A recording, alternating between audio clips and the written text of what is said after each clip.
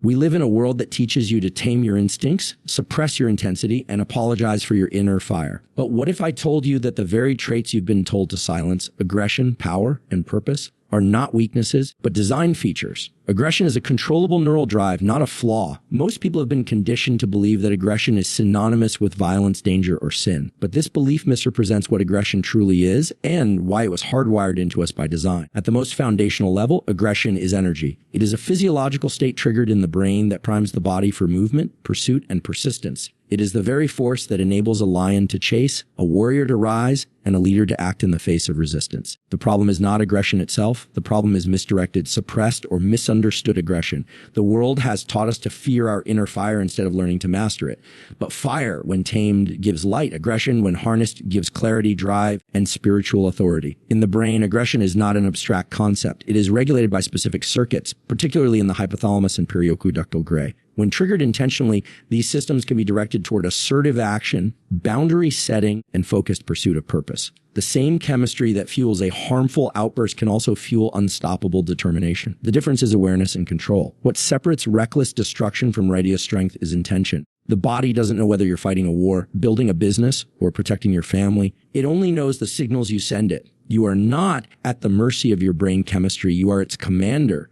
From a spiritual lens, we are not called to be passive. There is divine aggression that awakens when you begin to walk in purpose. It is not rage. It is not pride. It is the refusal to surrender to fear, to compromise with mediocrity, or to retreat in the face of darkness. Scripture shows time and again that holy men and women were not weak. They were fierce in their obedience, relentless in their calling, and bold in their authority. Aggression in its purified form is courage. It is clarity. It is conviction. And it is your right to activate it. Science and faith are not in contradiction here. Neurobiology confirms what the soul already knows: you were created with power. Testosterone, dopamine, adrenaline, these are not the enemies of peace. They are the weapons of purpose when directed with wisdom. The modern world teaches sedation and compliance, but your nervous system was built for engagement, for pursuit, for standing firm. You have the tools, you have the circuits, you have the divine permission to feel your own strength and to use it wisely. When aggression is understood as a resource rather than a sin, everything changes. Instead of suppressing it, you learn to channel it. Instead of feeling guilt for your intensity, you begin to realize it's part of your design.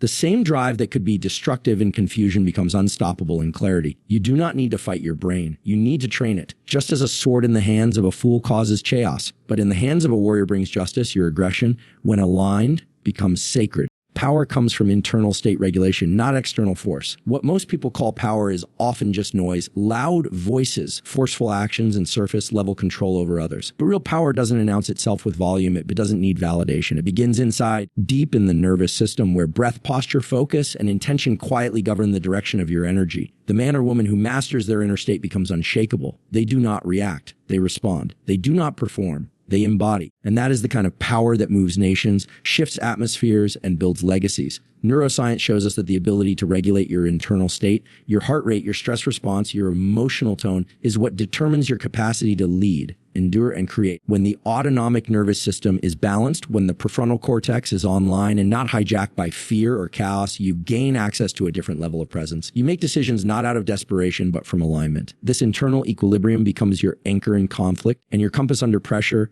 and your fuel when the world goes silent. It's the secret of the calm warrior, the one who doesn't need to threaten because their stillness alone says everything. This kind of power isn't given by titles, money, or applause. It comes from the mastery of your inner world.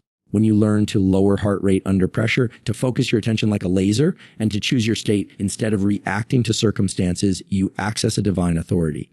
You start to operate in what some would call anointing. Others would call flow, but science knows it as a state of neural coherence. In this state, your body and brain synchronize. Your energy sharpens. You say less, but it carries more weight. You move slower, but it creates greater momentum. This is not weakness. It's command. Religion, too, reflects this truth. Power without self-control is dangerous. Scripture doesn't honor the uncontrolled. It honors those who reign first over themselves. Moses had to master his anger before leading a people. David was a warrior, but his true test was not in killing giants. It was in ruling with restraint. Christ himself stood silent before accusers, not because he lacked force, but because he possessed the kind of power that needs no defense.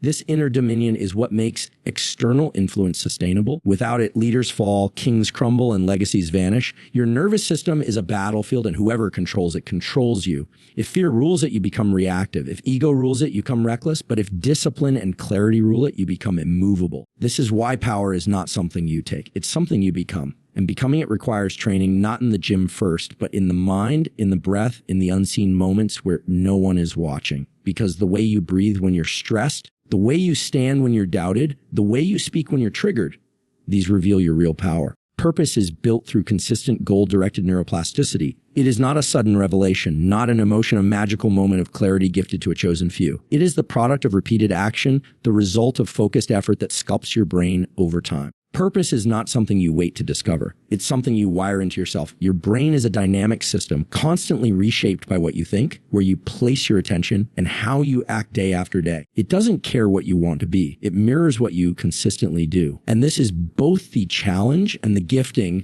You don't find purpose, you train for it each time you do meaningful behavior, whether it's waking early to study, showing up for your craft, or enduring discomfort in the name of growth. You lay down stronger neural connections. This is neuroplasticity in action. The circuits associated with focus, discipline, and long-term vision begin to dominate over those driven by distraction or doubt. You build a map inside your brain that tells your system this is who I am, not because you declared it once, but because you reinforced it 1,000 times in silence and sacrifice in structure. The mind doesn't obey wishes. It obeys repetition. This is why most people never live with real purpose. They wait for alignment before they act. But the brain does not reward intentions. It rewards action. Purpose emerges through behavior. When your habits aim towards something greater than comfort or ego, your brain begins to reorganize itself around that goal. Dopamine is released not only when you achieve, but when you pursue. When you show up with clarity and consistency, even small ways, your neurochemistry begins to shift. You start to feel less resistance, more energy, more certainty, not because life is easier, but because you've aligned your biology with your mission. This truth is echoed in sacred texts.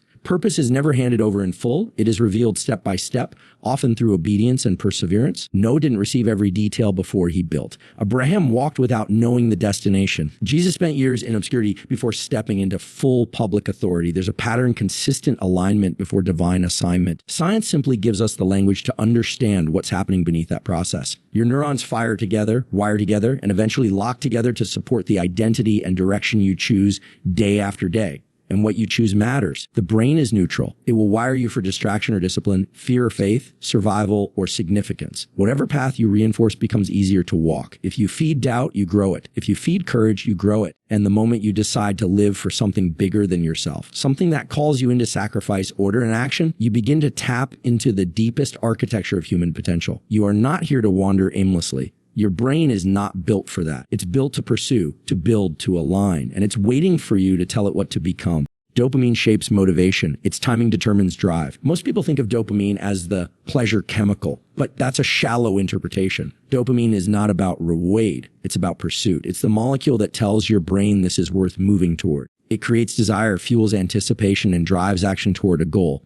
But what's often misunderstood is that the timing of dopamine release can completely alter the way you experience challenge, success, and long-term motivation. If you only release dopamine after achieving a goal, you become dependent on outcomes. But if you learn to spike dopamine during the process, you become unstoppable. This is where biology meets mastery. When you begin to associate effort itself with progress, when your brain learns to reward the grind, not just the finish line, you tap into a renewable source of drive. You are no longer at the mercy of results. You begin to love the training, the repetition, the uncomfortable moments that most people avoid. That's not hype, that's neurochemistry. The striatum, the part of your brain responsible for motivation and movement, doesn't just react to success. It reacts to your interpretation of success. If you tell yourself the work matters, dopamine responds. And over time, you rewire your brain to crave growth, not comfort. This is not self-delusion. It is spiritual and scientific alignment. The mind and body were never designed to run short-term pleasure. They were designed to be fueled by meaningful pursuit, purposeful struggle. And when that struggle is framed correctly, dopamine flows during the process, not just the reward. Athletes, soldiers, and leaders who endure impossible odds do not wait for pleasure. They create it through disciplined attention and internal celebration of effort. That's the training.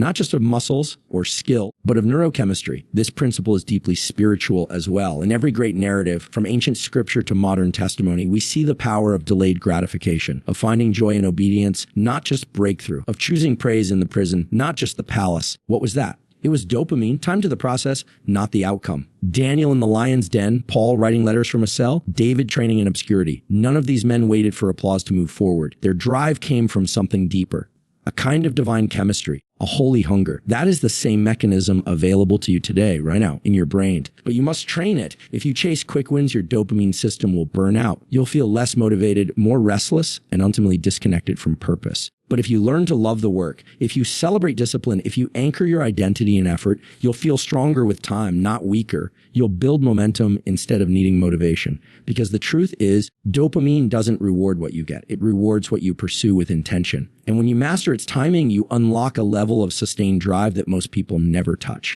Body posture and breath directly influence brain state. What you do with your spine, your chest, your diaphragm, these are not just mechanical actions. They are signals sent to your brain about what kind of state you are in what kind of state you should prepare for. Your posture is not neutral. When you stand tall, open your chest and anchor your breath low and slow into the belly, you send to your nervous system a powerful message: I am safe, I am alert, I am in control. But when you hunch, collapse your shoulders, and let your breath become shallow and fast, you are telling your brain, I am under threat, I am overwhelmed, I am small. The body is always speaking, and the brain is always listening. This is not philosophy, it is biology. The vagus nerve, the diaphragm, the muscles of the spine and neck. These systems are tightly connected to the brain regions that regulate alertness, emotion, and focus. When you control your posture and breathing, you don't just change how you feel, you change how your brain functions. A strong, upright posture increases activity in the prefrontal cortex, the part of the brain responsible for decision-making, discipline, and self-awareness. Deep, slow breathing engages the parasympathetic nervous system, reducing cortisol and shifting you out of fight or flight. In other words, how you hold your body and control your breath can shift you from chaos to clarity. And this has spiritual implications. When scripture speaks of lifting your head, standing firm, or breathing the breath of life, it's not just pudic, it's embodied truth. Physical posture has always reflected spiritual posture. You do not pray from a position of collapse, you rise. You do not go into battle slouched in defeat. You square your shoulders, lift your head, and fix your gaze. These positions matter because they signal to heaven and to your own physiology that you are ready, you are not running, you are taking territory. Breath, too, is sacred. It was the first gift given to man, breathed into Adam by God himself. It is your most immediate access point to your state. You can't always control your circumstances, but you can control your breath. And when you do, when you breathe through resistance, when you slow your exhale and anxiety, when you power your body through intentional inhales, you reclaim authority over your nervous system. You override the panic. You choose presence over reaction. You tell your brain, we are not quitting. We are not afraid. We are here. The science confirms what the spirit has always known. Power begins with posture. Authority begins with breath. These aren't techniques for confidence. They are weapons of alignment, and they're always available to you. Whether you are stepping into a challenge, recovering from pain, or pursuing purpose, your body is your first line of command. Posture up. Breathe with intention. Let your body tell your brain, we are ready. Daily light exposure and sleep are non-negotiable for rewiring. Your brain is not just a thinking machine. It's a living rhythm tied to light and darkness, day and night, wake and sleep. Every single cell in your body, from neurons to hormones, runs on a clock, and that clock is set by light. The moment you wake and expose your eyes to natural sunlight, you initiate a cascade of chemical signals, cortisol, dopamine, and temperature shifts that tell your brain, wake up, focus, engage, build. Without this signal, your internal systems drift, your mood crashes, your energy dips, your drive fades, and over time your ability to rewire, your neuroplasticity, becomes compromised. This isn't optional. The brain's capacity to grow, change, and recover is tied to timing. If you want to reinforce new behaviors, build purpose, and gain mastery over your internal state, you must anchor your nervous system in reality, and reality begins with light. Morning sunlight on the eyes, even just 10 calibrates your internal clock for alertness during the day and quality sleep at night. It's not a lifestyle tip. It's a biological law. Miss the morning light and your system misfires. Miss it long enough and the rewiring you're working for through disciplined mindset or habit becomes harder, slower, and eventually fails. And then comes sleep. Sleep is not rest. It's not a pause. It's a rebuild. While you sleep, your brain doesn't shut down. It activates. It reviews the day, strengthens useful connections, clears toxins, and literally reshapes itself. Without deep sleep, your brain cannot integrate change. It can't store what you've learned. It can't stabilize your emotions. It cannot grow. Sleep is the final step in neuroplasticity. It is where the rewiring becomes real. Cut your sleep short and you cut short your transformation. This truth is echoed in scripture and in nature. There is a time to rise and a time to rest. The sun and moon were set to mark seasons, not just in the sky, but in your body. When you reject the rhythms God placed into the fabric of reality, you suffer. When you align with them, you thrive. The enemy of your mind wants cows, constant noise, blue light at midnight, overdrive without recovery. But the spirit calls for order, and order begins in your biology. No amount of willpower can replace what light and sleep provide. You can grind, you can hustle, you can fight, but if you don't give your brain the raw materials to build, you will burn. Motivation fades. Focus shatters. The aggression, power, and purpose you're trying to unlock stay buried. But when you honor the morning with sunlight and the night with stillness, you unlock a level of energy and clarity that is supernatural and yet entirely rooted in physiology. The light programs your direction. The sleep seals your transformation. This is discipline at the cellular level. This is dominion over your biology. This is how you train a brain to change.